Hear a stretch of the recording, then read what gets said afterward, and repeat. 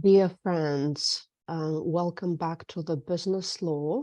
And today is our second lecture, and we are going to cover things related to the shares, allotment of shares, transfers of shares, and transmission of shares, and share capital, different requirements toward that.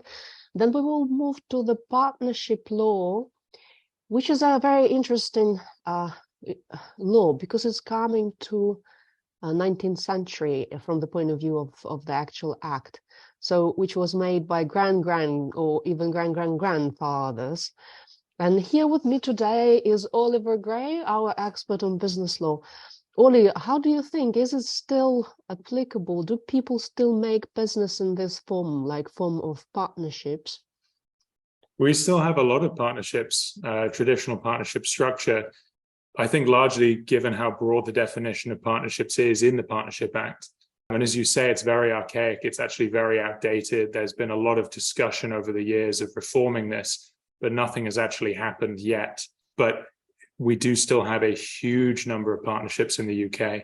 And we'll talk about the definition. You'll see how easy it is to make a partnership, even when it's not the intention necessarily of the people who make partnerships. Just in the light of doing good, in your opinion, what people should be warned about partnerships, in the sense I would say they are maybe so easily formed, and that is about the definition, right? What sort of warning we should give to the people in that regard?